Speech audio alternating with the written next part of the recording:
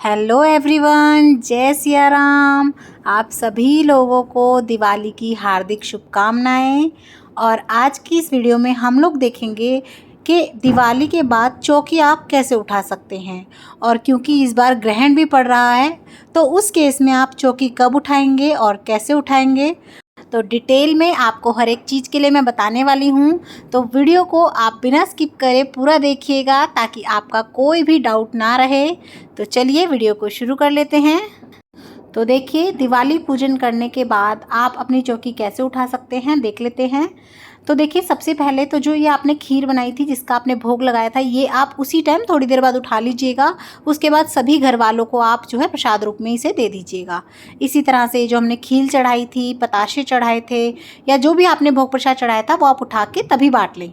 और देखिए, ये जो हमने अनाज रखे थे अपनी चौकी पर, इनसे जो है ना घर में बरकत होती है। तो इन अनाजों को अगर आप ये सारे अनाज घर में यूज़ करते हैं तो आप उन्हीं में मिला लें और यूज़ कर लें। और या फिर अगर आप चक्की वगैरह पे आटा पिसवाते हैं ना, तो आप इन्हें आटे में भी पिसवा सकते हैं। जो जो आप अनाज पिसवा सकें, और जो दालें वगैरह हैं वो आप जैसे यूज़ करते हैं उस हिसाब से यूज़ कर लें। और अगर चक्की वगैरह भी नहीं है कि हम किसी भी तरह यूज़ नहीं कर पाते हैं तो कोई बात नहीं, आप इन्हें थोड़े से दाने तो अपनी कहीं भी संभाल के रख लें। जहाँ भी आप तिजोरी वगैरह में रखेंगे एक एक दो दो दाने, बाकी आप पक्षियों को खिला दें। तो इससे जो है ना आपके घर में अन्न धन में बरकत रहती है। जैसे चावल में चावल डाल दिए, मूंग में मूंग डाल दी, तो जो जो दो चार चीज़ें हों उन्हें रख लीजिए, बाकियों को आप जो है पक्षियों को दे सकते हैं। और जो धनिया है वो आपको थोड़ा सा तो अपने घर में रोपना है, यानी कि गमले में बोना है। बहुत अच्छा रहता है, इससे भी जो है घर में बरकत होती है। और बाकी का आप अपने घर में यूज़ कर सकते हैं नॉर्मली, जैसे पीस के आप मसालों में डाल लें।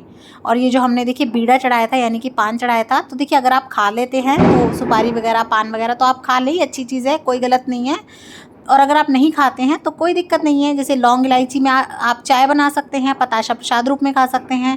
और सुपारी को आप विसर्जित कर दीजिए और पान के पत्ते को भी विसर्जित कर दीजिए। उसके बाद जो भी देखिए बर्तन वगैरह या जिसका भी आपने पूजन किया था उसे आप इस्तेमाल में ले सकते हैं। और ये जो हमने सामान चढ़ाया था, कमलगट्टे वगैरह और ये सब चीज़ें, इनकी जो है आपको पोटली बनानी होती है। लाल कपड़े में बांध के आप इन सभी चीज़ों को रख लें जहाँ भी आप अपना सामान वगैरह रखते हैं, तिजोरी वगैरह या गल्ला वगैरह जिसे कहते हैं। और देखिए, मैंने जो ये गुलाल लगा के फूल चढ़ाया था मैं ये रख रही हूँ, लेकिन आप इसकी जगह पे जो आपने कमल का फूल या गुलाब का फूल चढ़ाया हो ना, आप वो रखिएगा अपने गले में। तो कमल का हो तो बहुत ही अच्छी बात है, नहीं तो आप गुलाब का भी ले सकते हैं, या अगर आपने जो भी फूल चढ़ाया हो आप वो फूल ले लें।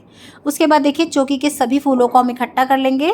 तो देखिए, ये जो फूल होते हैं इन्हें आप विसर्जित भी कर सकते हैं, लेकिन जो ये गेंदे के फूल होते हैं ना, इन्हें आप थोड़े दिन के लिए कहीं पे यूं ही छोड़ दें। और जब ये सूख जाते हैं ना तो आप इन्हें रोप लें, और फिर देखेंगे आपके घर भी गेंदे के पौधों की इतनी अच्छी क्यारी हो जाती है। तो देखिए, एक तो माता रानी का आशीर्वाद आपको मिलता है, प्लस में आपके घर में बहुत सुंदर सुंदर फूल खिल जाते हैं।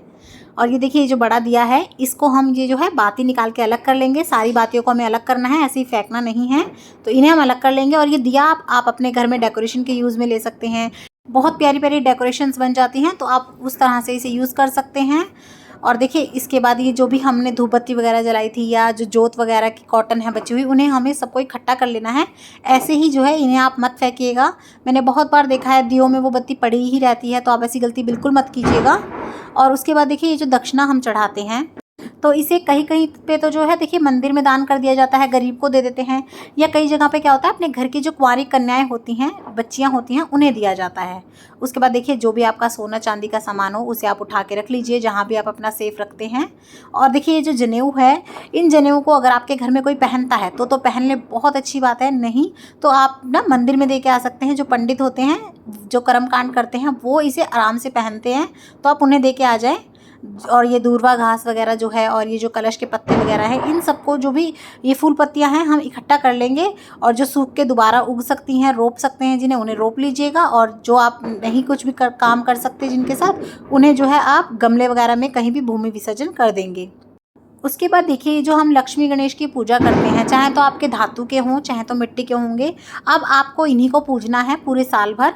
तो देखिए, अगर आपके धातु के हैं तो आप उन्हें स्नान करा के पोशाक बदल के तब अपने मंदिर में विराजमान करवा सकते हैं। और अगर आपके मिट्टी के हैं तो आप जल का छींटा दे दें बस हल्का सा, और उसके बाद आप इन्हें उठा के इनके जो भी स्थान है आज से जहाँ भी आप मंदिर में इन्हें रखेंगे वहाँ रख सकते हैं। और देखिए, अगर आपने विष्णु जी की मूर्ति या प्रतिमा ली थी तो आप उन्हें अपने मंदिर में रख ही लेंगे।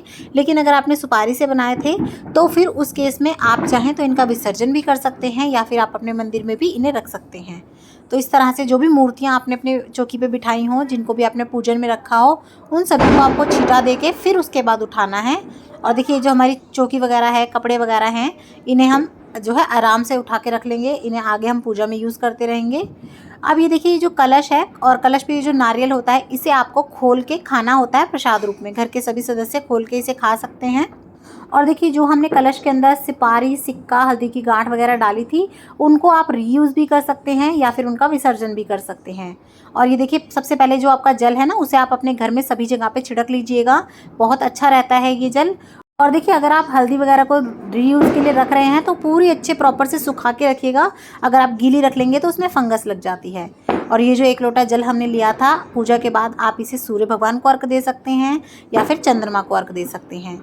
उसके बाद देखिए ये जो हमने खील वगैरह इस तरीके से अपनी पूजा की चौकी में रखी थी, इन्हें आप समेट लीजिएगा। और ये जो चावल हैं और इसमें जैसे फूल की पत्तियां हैं, कलावा है, उन्हें अलग अलग कर लीजिएगा। तो आप चाहें तो इसी चावल में थोड़े और चावल बढ़ा के आप दान कर सकते हैं किसी भी गरीब को, ज़रूरतमंद को, या फिर अगर आप चाहें तो आप पक्षियों को भी डाल सकते हैं। तो जैसा आपको ठीक लगे आप वैसा कर सकते हैं। लेकिन आप क्या कीजिएगा, आप थोड़े से चावल इनमें से अपने घर में पहले संभाल के रख लीजिएगा। थोड़े से जहाँ भी आप अपने घर के चावल वगैरह रखते हैं ना, थोड़े से दाने इसमें से उठा के उसमें रखिएगा। तो आपके घर में आप देखेंगे बहुत ज़्यादा बरकत रहेगी। तो पहले थोड़े से दाने आप अपने घर में रखिएगा। उसके बाद जैसा कि मैंने बताया, आप चाहें तो किसी को दान कर दें इसी में बढ़ा के, चाहें तो इतने ही दान कर दें। या अगर आप किसी को भी नहीं देना चाहते कि हमारे आसपास ऐसा कोई नहीं है, लेता नहीं है, या हम देना नहीं चाहते, तो उस केस में आप इन्हें पक्षियों को भी डाल सकते हैं। और देखिए जो हमने ये आसन बिछाया हुआ था, इस आसन को आप बार बार अपनी पूजा में यूज़ कर सकते हैं। तो इसे आप उठा के रख लें धो के, तो आप इसे यूज़ कर सकते हैं। और अगर आप इसे दान करना चाहते हैं तो फिर आप इसे मंदिर वगैरह में दान करके भी आ सकते हैं। और ये जो हमने पोस्टर लगाया होता है सरस्वती माता, लक्ष्मी, गणेश का, इसे आपको कम से कम 1 साल भर तो ज़रूर से संभाल के रखना होता है, अगली दिवाली तक। तो आप चाहें तो चिपका रहने दे सकते हैं अपने मंदिर में, बैक साइड पे दीवार पे चिपका सकते हैं, या फिर आप जो है इसे फोल्ड करके रख लें अपने मंदिर वगैरह में या कहीं भी संभाल के। लेकिन आप इसे जो है ना विसर्जित नहीं करते 1 साल तक, क्योंकि हमने इसमें सभी भगवानों को पूजा है। तो देखिए इसी तरह से मैंने आपको सभी चीज़ों का बता दिया, आप चौकी कैसे उठाएंगे, सब सामानों का आप क्या करेंगे। अब बात कर लेते हैं, क्योंकि 2022 में ग्रहण है, तो आप चौकी कैसे उठाएंगे और कब उठाएंगे। तो देखिए क्योंकि ग्रहण जब पड़ता है ना, तो हम अपने मंदिर वगैरह के भी पट बंद कर देते हैं, तो पर्दा सा डाल देते हैं। इसीलिए आपको अपनी चौकी को भी किसी कपड़े से ढक देना है।